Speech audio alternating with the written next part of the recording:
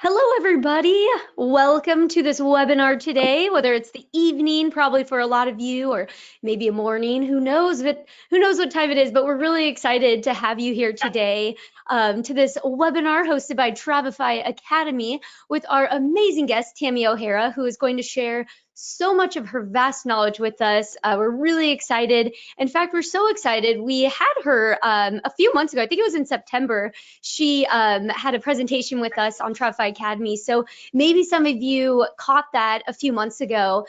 So if you didn't, you're in for a treat. If you did, you're going to get more. So it's really exciting. So that's why we had a lot of great feedback on that webinar. So we were like, Tammy, we need you back here again. So we're really excited to have her again on here. But before I get too excited and introduce Tammy here, I do want to quickly introduce myself. So if any of you are new to Travefy Academy or this is your first time checking out one of our webinars, my name is Stephanie Grice, and I'm the Senior Client Champion and Education Coordinator here at Travefy. And before I introduce Tammy, though, I do want to give a quick plug because, again, if this is your first time, joining us for Travefy Academy, I really just want to tell you what to expect. So Travefy, the exciting thing is we get to partner with experts across the travel industry. And what we want to do is provide free educational webinars through Travefy Academy.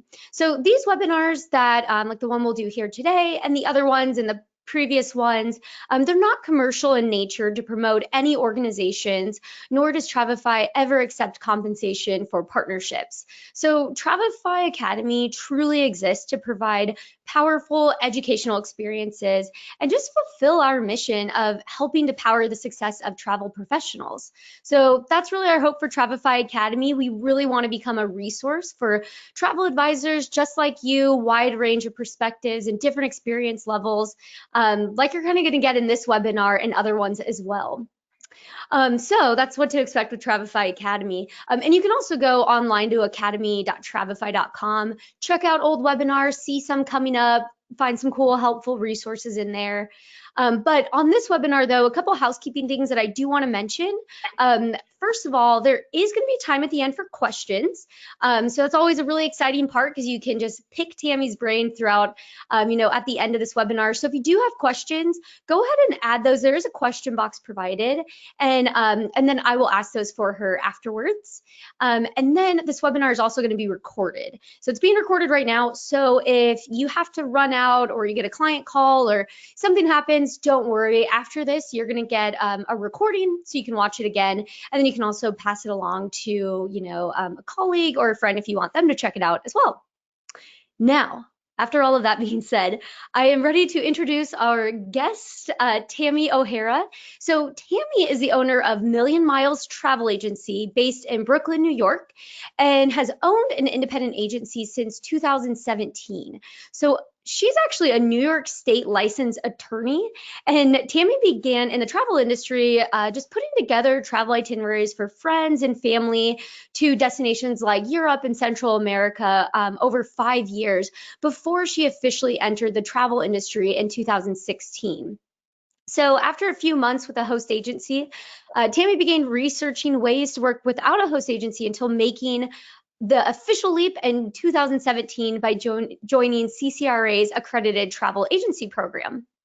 So since 2017, Tammy and her agency has expanded to include 3 independent contractors and 1 virtual assistant, which is pretty cool, pretty big there. So Tammy has been mentioned in publications such as CNN Money and has also been featured in the Travel Market Report. So really cool. We're talking to someone legit. We're so excited. And also today, Tammy works full-time as an agency owner, but also continues to practice law in a reduced capacity as well. So Tammy, thank you so much for being here today and for being here another time. We just can't get enough of you. Thank you so much. I am really excited to come back and just talk about my continuing experience as an agency owner and as a travel agent. And I look forward to all of the questions at the end. Awesome.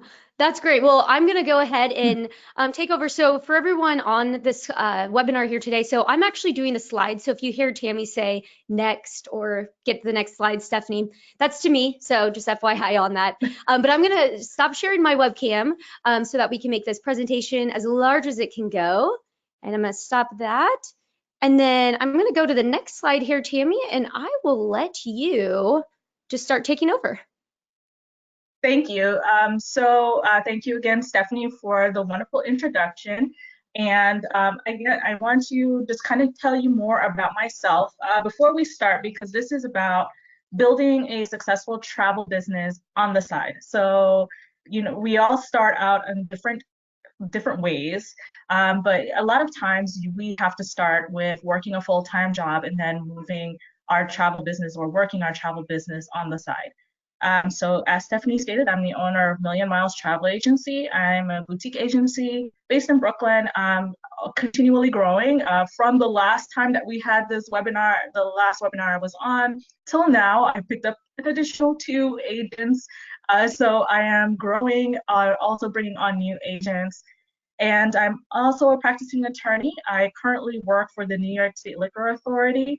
And I was working in a reduced capacity, and after a couple of people left our agency, they have asked me to come back full time. So this webinar is also really good for me because I will be starting back working full time as an attorney in about a month or 2.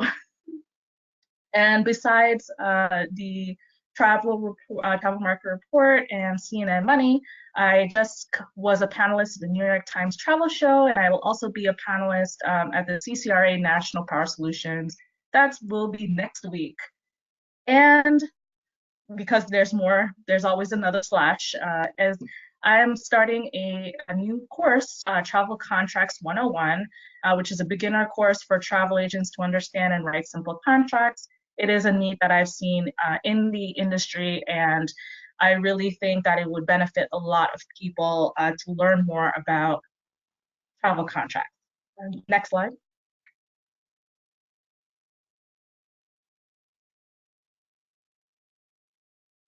So before you have this thought in your mind that you want to be a travel agent, you want to own your business, and you leap in. You leap in foot first, head first, whichever way, and you start booking travel. You start telling your friends and family that you want to be you're booking travel now.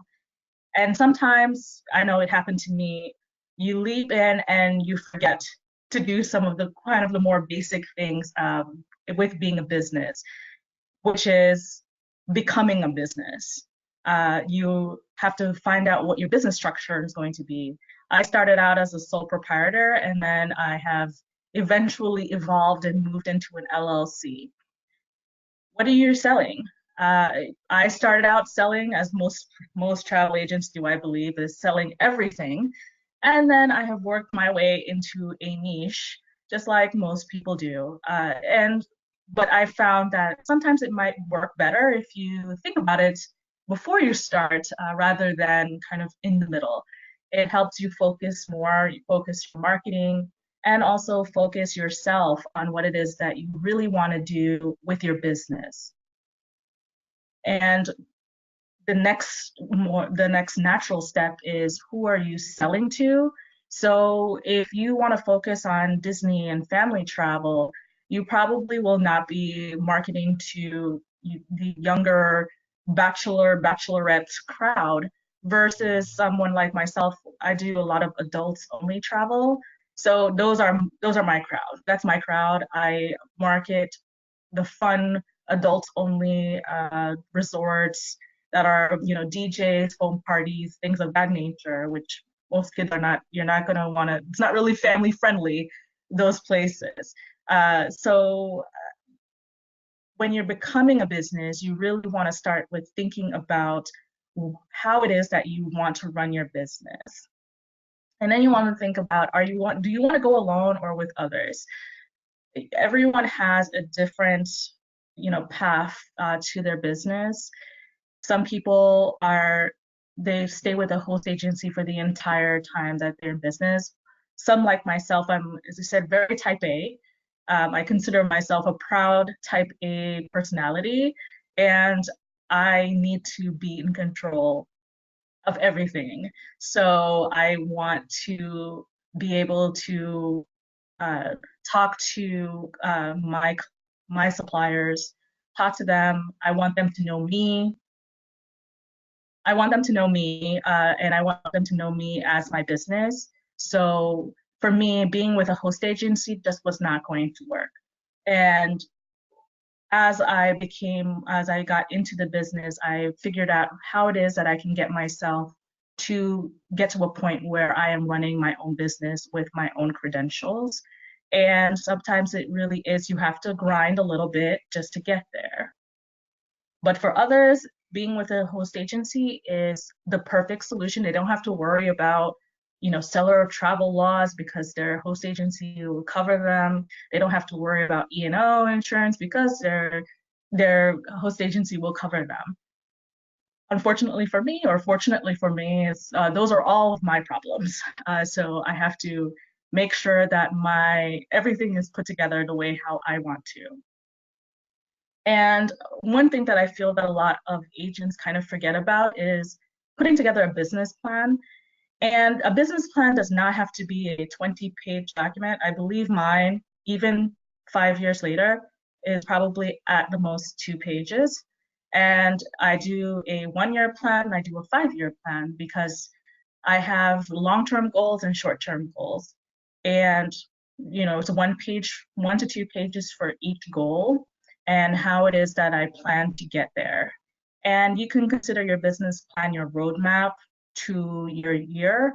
It's a roadmap to future years, and it helps you to kind of project out how it is that you want to continually move your business along. Next slide.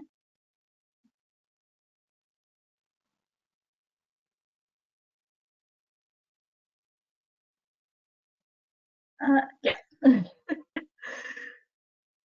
So after you have gotten the basics down, now you want to have your systems in place. And I can tell you, your systems will probably change a lot. My systems are continually evolving as I continually grow. So the systems that were in place for me when I was the only person in my agency versus now when I have four, almost five agents coming in, that it's a completely different process because now I've kind of taken myself out of the travel agent role and into the business owner role. So I need to get systems in place that work for all of my agents, not only me. And how I did that was over the course of a year or so, I tracked what was the best, which system was working the best for all of my agents or most of them, the majority of them. And I polled them, I asked them, how do you feel about this? How do you feel about that? And how do you feel about the consultations, having the consultations come in kind of in bulk and then they're distributed based on location? How do you feel about charging planning fees? I do encourage all of my agents to charge a planning fee. Some do, some don't, and it's up to them. But that's also a part of the system that's in place. And do you have a client management system? Know that for some people are really old school. They still love their Excel sheets. And for me, I would be lost in the sauce if I had an Excel sheet. I need more reports. I need more kind of doodads in order for me to actually be able to make heads or tails of what's going on. The another great thing about the client management system is that not only does it help you keep track of your clients, it also helps you keep track of your goals and the business plan that you have hopefully have done for 2020 and for future years. You can see from your client management system, whichever one you choose, there's one, I think there's probably one for everybody. That will help you see if you're on track for your goals and then also if you need to adjust because as with everything in your business, you have to keep reassessing and making sure that you're on track. And sometimes you may have to redo your goals. I know I say my second year, I had to really be a little bit more realistic with what I would be able to sell for the rest of the year. I was a little disappointed, but overall, I saw where it was tracking, and I was not going to make it. So I made a more realistic goal for myself for that year. I actually ended up smashing it. So, I thought I was going to be disappointed, and I really wasn't. But at the same time, a client management system, whichever one you choose, it will help you get there. I've tested four of them. I've tested four different client management systems, and I can tell you, I could probably talk about each of them pretty good with you. So if you have any questions about client management systems, I can answer any questions that you have about that. A part of your systems is how do you take in clients? Where are they coming from? Are they coming from referrals that you receive from friends and family? Are they coming via social media? How are you keeping track of where they're coming from? How are you catching them? Are you funneling them to one place? I can tell you that my system is, regardless of where they're coming from, they all get funneled to my reservation sheet. So I can get some additional information from them. I can get contact information for them. And if they don't fill out that sheet, then they're not really my client, because that's the first thing for me that needs to be done, is that they need to fill out that referral sheet.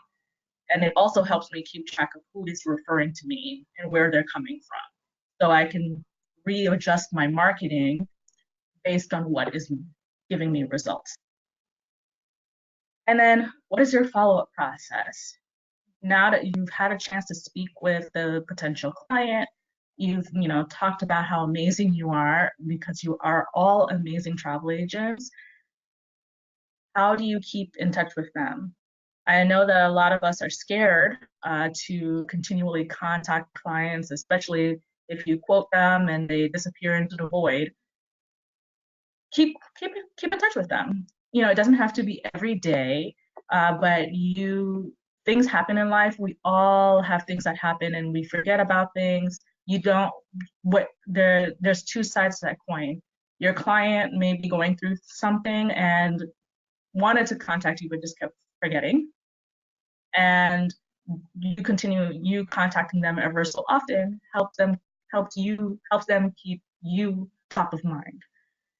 On the other hand, it also helps you make sure that no one falls through the cracks.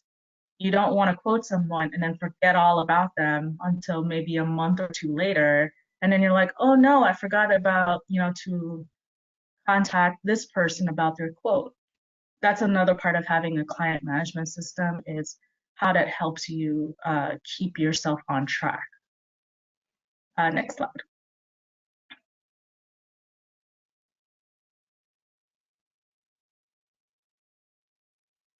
All right, this is a big one. And I feel this is probably the most difficult to kind of keep, kind of help, kind of get you under control. And this is the one thing that will get out of control really quickly if you don't really control it, is you got to control your schedule. As I'm sure that there are probably people that are much busier than I am. There are people that have children. If you have husband or wife, the only thing I had for the majority of my business life, what I only had was a cat, and cats are cats. But so I didn't have a child that I needed to take care of, but I had other obligations. I had full-time job. I had my legal practice. I had other things going on. And what I learned very quickly is that you have to be very selfish with your time. And that is hard for a lot of agents, just because it is, you want to please. You want your client to book with you. You want your client to get your best. So you feel that you need to always be available. And I'm here to tell you that you don't always have to be available. I have office hours and I stick with it. Very rarely will I go over my office hours. I'm very jealous with the free time that I have. And what your office hours are, totally up to you. Could be anything that you want. My office hours, I'm not a morning person in any way, shape, or form. So I don't have office hours in the morning. If I am managed to be up at 9, 8 o'clock in the morning, I take that time to work on other things for my business. I work on social media strategies for the upcoming week. I, write blog posts, or I'm, answering emails from the day before that came in overnight. All of those things are happening during my after hours. But according to any email that you get from me as a client, nothing starts until noon. So I will write emails, and I'm probably going to do this tonight. Is that after 8 o'clock, I will probably be writing emails, responses to my clients. I'll be doing quotes. Everyone will receive them at noon tomorrow. I schedule all of my emails to go out starting at noon or 1 o'clock in the afternoon. And then I take phone calls. I do consultations between noon and 8 p.m. every day, Monday through Thursday, 5 o'clock on Fridays, and only until noon on Saturdays. I do not answer emails from anyone. I don't take phone calls. I don't take texts after office hours. If you're traveling, that's completely different.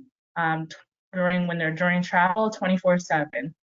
And the way how I kind of, I hate to use the word train, but how I trained my clients is that I was upfront with them at the beginning. I tell them these are my office hours, and this is when you can expect to hear from me if you contact me after office hours. And I always assure them that when you're traveling, I am always available. But nothing is that much of an emergency when you're not traveling for you not to wait until office hours begin. So I'm very jealous with my time. And I think that has some parts to do with just being an attorney. And, you know, hours are money. Money is hours. So if you're basically paying them by using your free time. And it doesn't really, you're driving yourself nuts to please everyone when you still have a family, you have dinner, you have everything else that you need to do on your free time.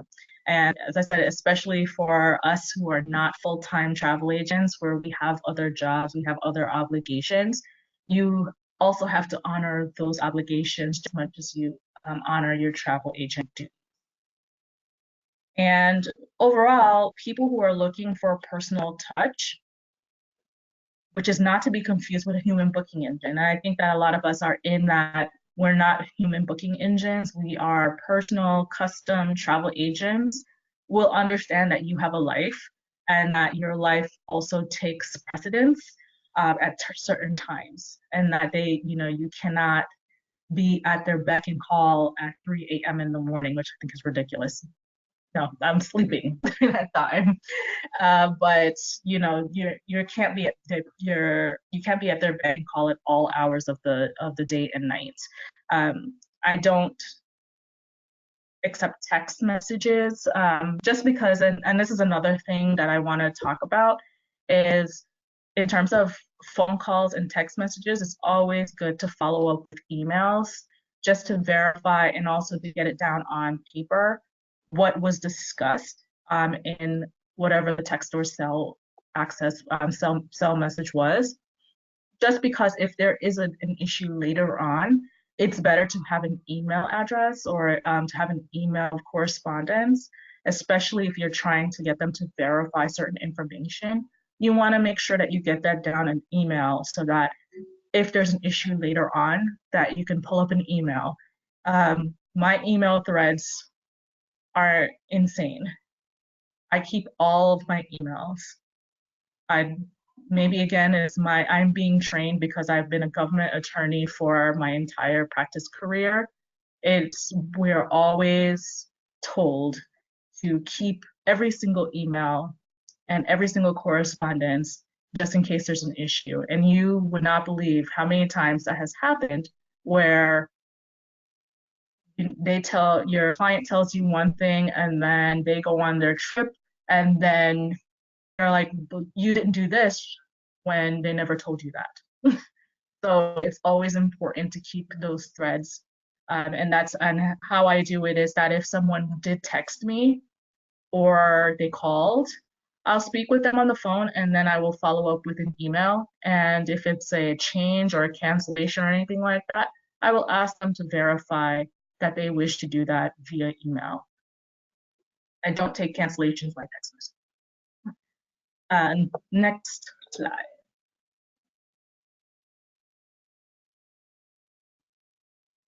Okay. All right, so there's nothing wrong with asking or receiving help. I feel, again, this is another area where sometimes someone just needs to say it. If you need help, accept it, ask for it. Sometimes you may need to pay for it, but you have to think about it long term in terms of how much will this cost me to do myself versus hiring someone to do it for me. I can tell you that when I initially started my business, my social media was in shambles. I did not, I didn't really care about it. I had all of my social media credentials, but for me, it was just too much. I already had so much going on my plate, I just couldn't do it.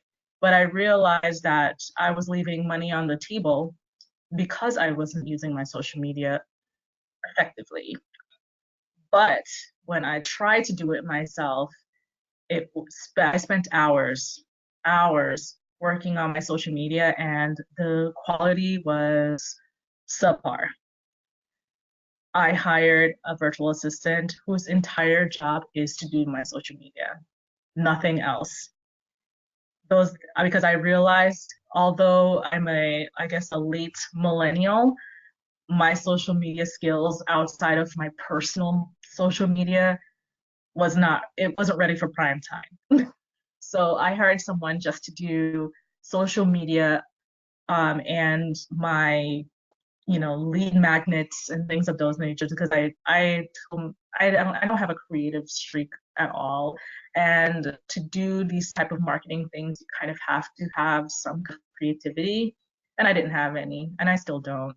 But for me, paying someone, X amount of dollars per month just to do that was well worth it because it allowed me to do things with my time that did I lose that? Hello? Yep, nope, we can still hear you. Okay, perfect. Because saying that my audio was lost. Just wanted to make sure.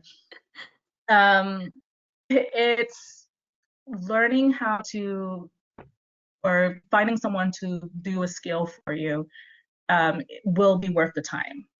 Sometimes there are things that you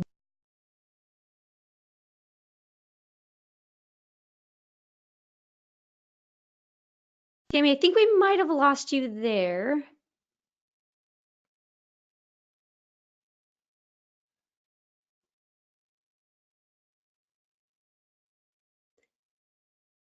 Sorry, everyone. Bear with us with our fun technology things.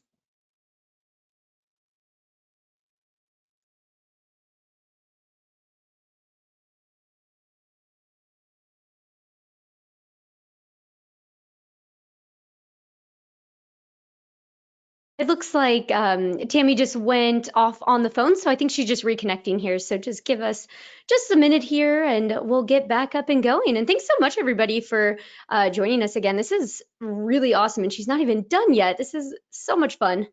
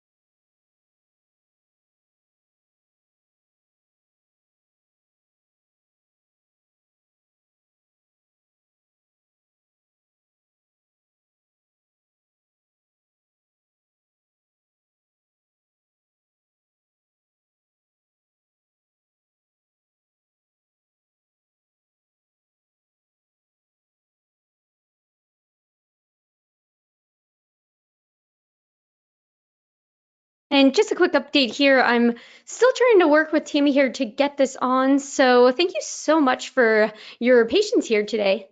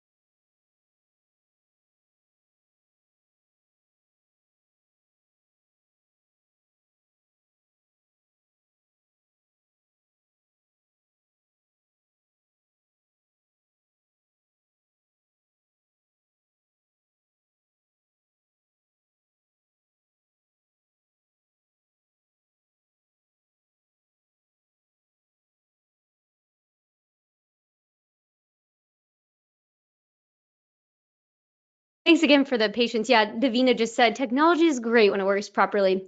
That is very correct. It is great when it does work properly, but yeah, always fun. So thank you so much again, everyone, for bearing with us here.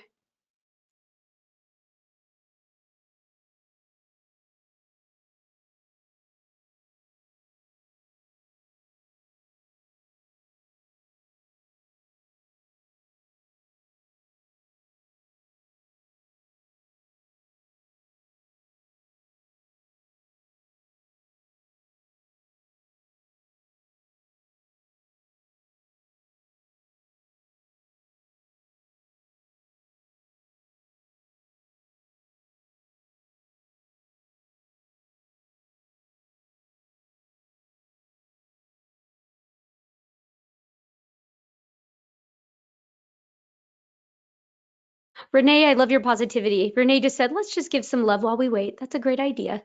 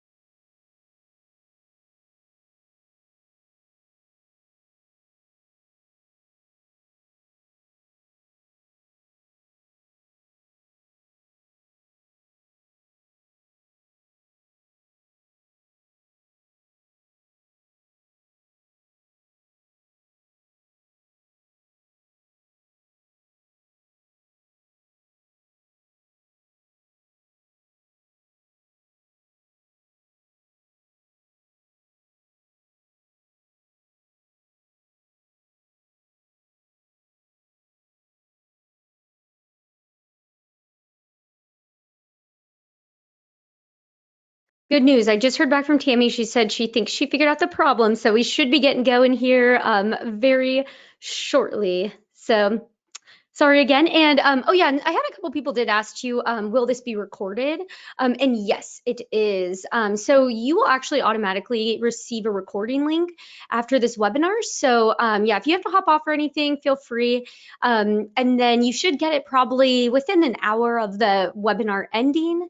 And then you'll get it. But if you don't get it as well, just email our team and we can get that for you as well. Just email academy@travefy.com.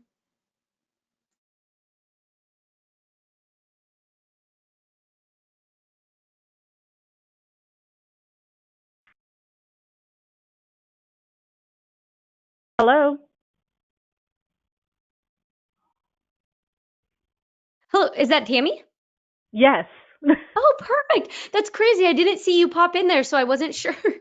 Yay, everyone. This is exciting. See, it's all that love that was being thrown out there. Glad we could get you back on here.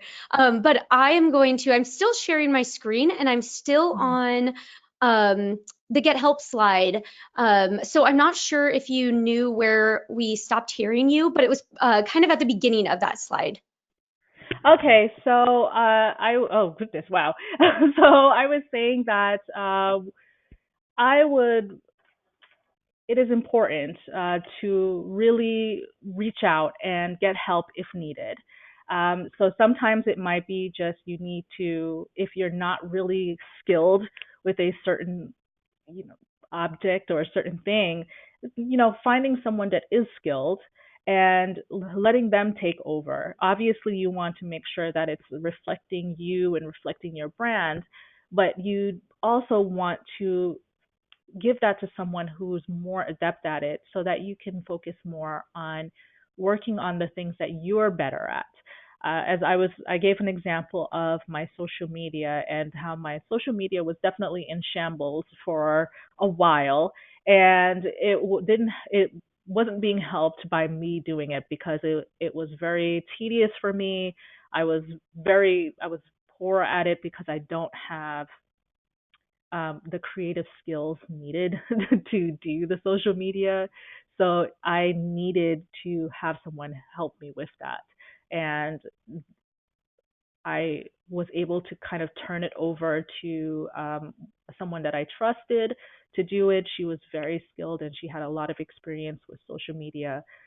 So I was able to turn that over to her, and it has been the best thing that I have ever done, probably for my business, because it allowed me to focus my energies on doing other things, such as developing the training for my agents, um, and also allowing me to work on building other portions of my agency so that I was able to really get the success that I felt that I wanted for my agency. So I encourage everyone to, if there is something that you're really struggling with, to really reach out to someone, even if, ask around with the other agents that you may work with and find out how it is that, who's helping them with the things that they need, so that you can move forward. And I always said that I wanted to learn more about my marketing and how to be a better marketing person. And I was mentioning that the one thing that I did was that I went to a marketing course. It was a weekend marketing course just this past December, and it was fantastic. It really helped me clarify where it is that I wanted to go with my business, going forward. I'm actually celebrating my officially unofficial 5th year in business this February, and I'm planning to do like this whole big month long birthday celebration for my business, and it's all a part of the marketing that I developed while at this kind of a retreat. And I wanted to take the rest of the time to answer questions for anyone who has them. I feel that the last time around, I didn't have enough time to answer questions. So I really wanted to give a lot of time to answer questions. And then obviously, if we don't get to your question, I'm always available offline. And I'm an attorney, so I like to talk. So you definitely should not feel afraid to reach out to me and we can have like a phone chat. So, any questions? Perfect. Awesome. Yeah, and we have so many really really good questions. So I'm just going to dive in here and start from towards the beginning of the webinar, the questions that we had. So the first question was from Cheryl, and I think she asked this because you were describing your agency, and she asked, "What is considered a boutique agency?" So for me, I'm sure that it means different things for different people. But for me, it's a smaller agency that we're really focused on. I try to get agents that are really good at one thing that they do. So I have agents that have lived, they're all, pretty new agents, but they have lived in, Europe for 10 plus years. So they know Europe and they only book Europe. And I have another agent that's coming on that lived in the Scandinavian region for a long time. So she is looking just to book uh, travel and excursions in that area. And then I also have another agent that does primarily Asia, and she travels there often. So for me, the boutique aspect of it is someone that is very knowledgeable about, it doesn't have to be the whole world, but they're really their portion of the world. And, I'm a very, I hate to use the word family, but we really try to help each other a lot. And, maybe I am not an expert in this, but, my agent who, has been to, goes to Japan every single year, I can pick her brain, or I can pass off a lead that originally came to me. I say that, she is so much better at doing that, so I'm going to give it to her. And that's kind of how I view my agency. And I'm always looking for, people who are specialists in certain things, even if they don't have any official travel agent experience in those things. Like, if you're a super cruiser, those are the people I'm looking for. Awesome, perfect. And so we also had a lot of questions at the beginning. I think when you were talking about just kind of your journey, kind of in from the host agency into your own. And so we had a lot of questions in that, but to kind of put them together and as best as I can, Mhm. how did you find suppliers to work with, and basically, what are your relationships with those, and what is the difference in the commission alone versus what you received when you were part of an agency? But really the biggest question that a lot of people had was just kind of how do you get those relationships with those suppliers? So, like I became a part of CCRA. So before that, I was within a host agency, which was a fantastic host agency. I actually recommend it to a lot of people when they ask. But again, I wanted to be on my own. So again, I got myself some experience with the host agency, and I was able to get my credentials. So if you are newer to the business, one of the things that in order to establish those relationships with suppliers is to have some sort of credentials. So it could be an IATN, it could be a CLIA number, or it could be a true number. But those are the three main ones. And then once you have those credentials, then you're able to talk to those suppliers about, commission levels. Granted, and I always tell people this, with 100% honesty, when I started at the bottom. I didn't have that much in terms of volume, but I told myself that if I started here at the bottom, the only way is up. And I just had this belief in myself that it doesn't even matter if I start at the bottom because I know I won't stay there. And it's different for now that I've have the volume, and I can go directly to the suppliers with my true number and with my membership in a consortia. I can say that I have booked X amount of travel with your supplier, for 2019 or 2018, and based on those sales, I believe that this is an appropriate commission level for me. And you have to make that case for yourself. If you want to be in control of your business, you have to be willing to make you have to make those calls, and you have to put yourself out there in order to get what you feel that you are deserving of. For people who are coming from a host agency, especially if you're a long-time host agency member, it might be difficult because if you're coming in, primarily you would start at the bottom. But if you have done volume for a host agency, I definitely suggest before you move, you make sure that you have your what you do, how much you have sold in the last 1 to 2 to 3 years, so that once you get your credentials, you can talk to the suppliers and say, I know that I am a new agency owner, but prior to this, I was with X host agency, and with X host agency, I was selling X amount of your product.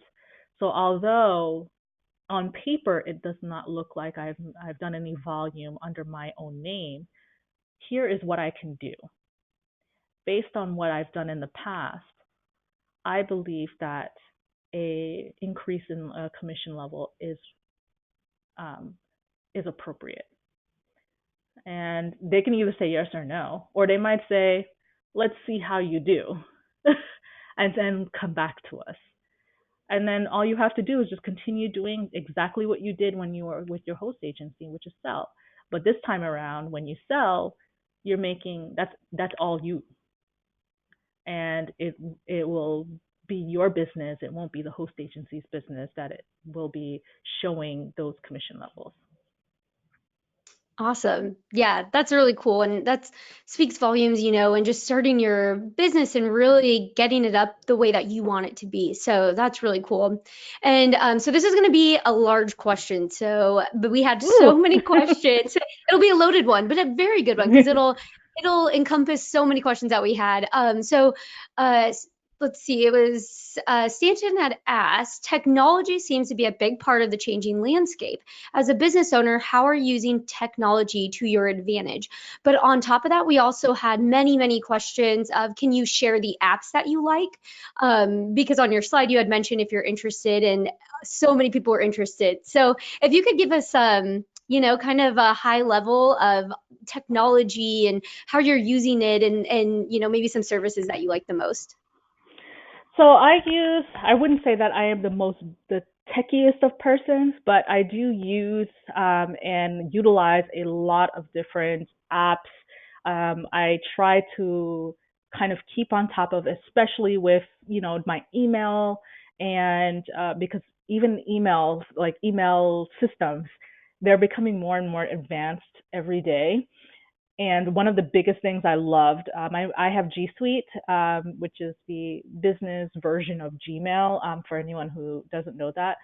The biggest thing that I loved when they eventually rolled it out was the scheduling.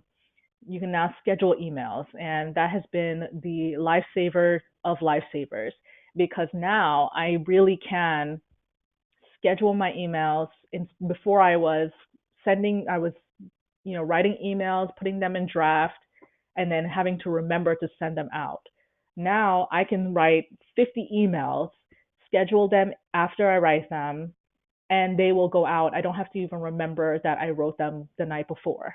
They will go out at whatever time I schedule them to go out. So if I want them to go out at 12 o'clock, they go out at 12. Um, I would say overarching, technology is great, but at the same time, a lot of people are looking for the personal touch. So you don't want to be too overly involved in technology, or I don't want to be overly involved in technology, but I do use it to my benefit. Ways that will save me time. So if there are, social media scheduling, I'm really big on that. I use a calendar to schedule consultations. It's on my Facebook. It's on my website. I use I think, a pretty advanced uh, client management system.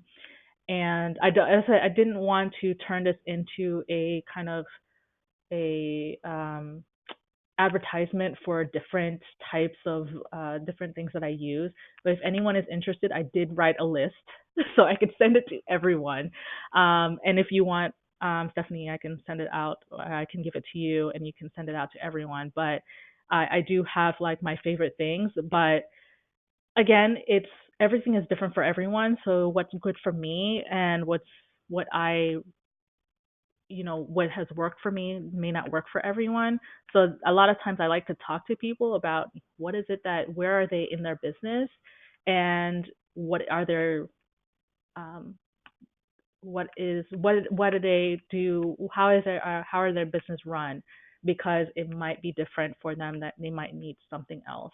And I'm a very curious person, so I've used or have tried a lot of the different types of things that are out there. So I'm able to talk about, oh, I tried that, and here's what worked and here's what didn't work, but it might work for someone else. So that's the overarching. And if anyone's interested in, I guess, my Tammy's favorite things, they can send me an email, which is on the slide, and I will send them the list of the types of things that I use. Awesome. That's great. I have a feeling you're going to get a lot of emails because it looks like there's a lot of people interested. It's such a wide world, so many different things out there. So it's helpful when you have someone, like yourself willing to share your experience with all of it. That's really awesome. Yes. And another thing that we kept getting a lot of questions on is kind of a lot about your virtual assistant, but really about social media in particular. Mhm. So one question came from Christy, and she said, "How do you choose someone for social media? Any baseline ideas for how to tell if they are good?" So you want to, do they have experience? Not everyone has experience, and just because they don't doesn't mean that they are not good. But you want to see, have they worked with someone before on and is able to give voice give that voice to that person, because it's different, because when you're doing social media for yourself, in your mind what your brand is, and you try to put that in your social media. And you have to, when you work with someone else, and who is actually doing your social media for you, it's you have to take it one step further, which is you have to actually vocalize what your brand is, and then that person has to execute it. So sometimes before you even, I know what I did was that when I initially hired, when we were going through the interview process, I asked her, and if the person that I ended up using and the other people that I interviewed, I asked them if they've worked with someone before, can I have the social media platform usernames for those people? And I wanted to kind of see what they were providing and versus what the brand itself was saying that it was, and if there was a disconnect. And if it worked and if it was kind of tracking along great, then I moved on to the next step. And the next step for me was giving them kind of a premise and just having them kind of give me a sample, Instagram, because I use my two primary platforms are Instagram and Facebook. So I'm like, hey, I would like to, do a luxury cruise post, and this is what I'm trying to convey, and this is the branding, this is my brand, and this is what I want to write about in this post, and let them see if they can execute it. And there's also trial and error, because it's sometimes it looks everyone they have the experience, but it's just that they're not getting your brand. And sometimes you just have to say that it's not working out. You're gonna move on. I got lucky the first time around, but I always monitor. I always check to see how the posts are doing. Is it in the voice that I feel that it's appropriate for my business? Because I'm a little, I'm young, so and kind of fun, but also not, it's not cheap. So I'm always tracking, making sure that the graphics are correct, and making sure that the what's being written is also correct. And sometimes I go in there and I may change a word or two, but it's a very collaborative. And again, one of the platforms, or one of the tools that I use is Trello. That's Trello. It is could be free. I use the free version, but it's a collaborative tool, and we talk a lot about what's coming up for the week or what's coming up for the month, and how it is that we are going to brand, or we're going to market whatever it is that my vision is. So I use that a lot. um, so it's a bit of a trial and error thing, but once you kind of get them going, and once they're comfortable with you, and once you've explained clearly what your brand is, because it's not going to work if you don't know what your brand is. So that's the first thing. So before you can even think about getting a virtual assistant, especially if they're doing your social media, you have to be clear about what your brand is. Because if you're not clear, then it's going to be almost impossible for that person to execute it to the way how you kind of want it, because you're not clear about what it is that you actually want. Perfect. So first step, figure out your brand and then get there. Makes sense. And so another question that we had a lot of questions about this, kind of just an overarching theme of your the different things that you've taken. You know, you mentioned that you had taken like a retreat in December, and just really how you've gotten your education. And someone was asking too, can you share more information on your seminar on creating contracts as well, and where that would be? So let's backtrack to the marketing. So I follow or lurk in a lot of Facebook groups. And I always look for, there's always someone talking about marketing. And there's a lot of people out there that talk about their marketing program. And I've done, if they offer like a free trial or anything of that nature, or if they offer a webinar, I always try to take what's being offered to see if it's something that works for me. Because again, this is all about fit. And is this a good fit for me? Is it a good fit for how I work? And I took a lot of webinars. I did a lot of free trials and found something that really worked for me.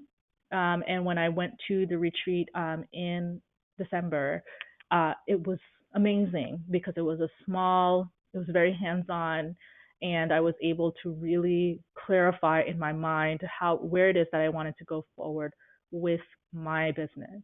Again, it will be on the list if you want to get more information about it. I will provide that.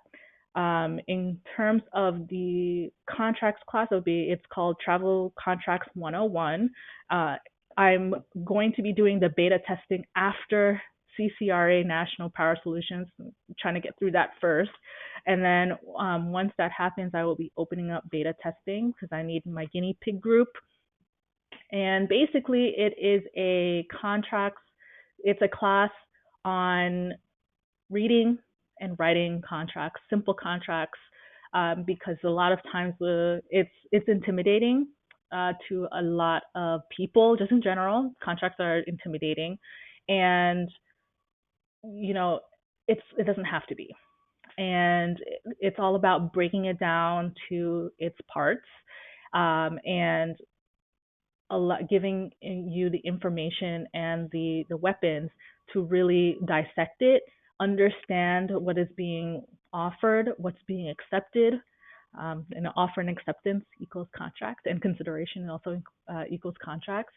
And giving you the power to really feel comfortable about reading, when you're offered something from a supplier and you have to sign a contract, when you receive the room contracts, when you do room blocks, reading those, understanding what it is that you're signing, and the types of conditions or the terms that you need to understand so that you can communicate that to your client.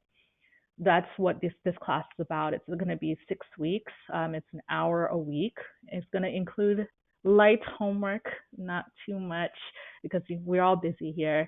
But it's really supposed to be interactive. And when I went to law school was not fun, but I'm going to try to make it as fun as possible.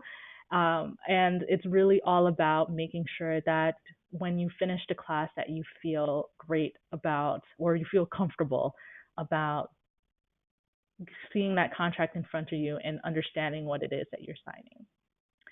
So as I said, the beta testing is going to be coming out after CCRA. So CCRA National Power Solutions is February 5th through the 9th. So I will be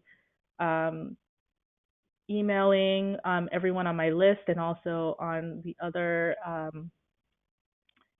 platforms or the other Facebook groups I'm on. I'm going to be giving information to that. It's going to be a limited beta group, probably not going to be more than 20 or 30 people. And that's basically going to be, working out the kinks. So you'll get a reduced rate for helping me work out the kinks of the class. That's great. And I think you have many guinea pigs in this webinar here today. It just looks like we have a lot. So you're going to do great. Just fine getting people in. That is cool. And congratulations on creating that. That's really cool and so helpful. And we are unfortunately getting to our time, but I do have one last question. And I think this is separate, but if it's not, correct me. But which panel are you participating on at the CCRA conference coming up? So I'm participating in 2 different panels, and let me see if I can actually remember. One of them is building a successful business with your true number. So that's actually on the 6th. It's the first day of the conference. I don't know if they actually have any room because it's a sold out panel. And the other one was bringing in ICs and virtual assistants. So if anybody wants more information, it's going to be an amazing group.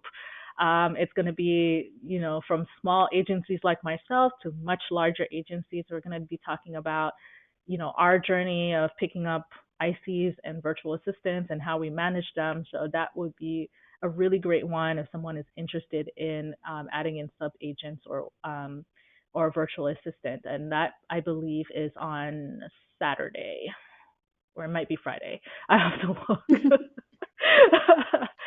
If anybody's interested in that, just send me an email and I'll give you the correct information. But I know that definitely that the building a successful business with your true number is on Thursday. Awesome. Yeah. And yeah, so it's somewhere out there. Look for her name too in the thing. And yeah, if there's anyone on there going to, we'll also have David Chape, our CEO from Travefy, will be there, and I think he's on a panel as well. So you'll have to have a little fun meetup, everybody on there. That'll be a good time. But with all of that being said, Tammy, this is so great. And I know everybody in here is they have so many ideas now they're taking away. I'm sure it'll be getting lots of really fun emails coming up too with many questions that we weren't able to get to. So sorry, everyone. I need to remember, Tammy, if we do webinars together, we need to plan for hours, because there's so much to cover. There's a ton of things we could talk about. But I just want to thank you so much again, everyone, for joining. And really for you, Tammy, thank you for sharing all of your knowledge with all of us. I know everyone really appreciates it. Yeah, and I appreciate it. And every time that the last time that I did the webinar, it was amazing talking to so many amazing travel agents afterwards. And I'm looking forward to, talking and just, collaborating with other travel agents. So please, again, don't be scared. I don't bite. I'm super friendly. Even though I'm a New Yorker, I am super friendly. I have my southern Florida roots, so I can talk your ear off if you let me. So I really look forward to hearing from everyone. Awesome. Thank you so much again. And enjoy the rest of your evening, and everyone enjoy the rest of your evening too as well. I know there are some that it might be the morning for you, so just enjoy your day and have a good rest of your week. So thanks so much again, everyone. Thanks. Bye. Bye.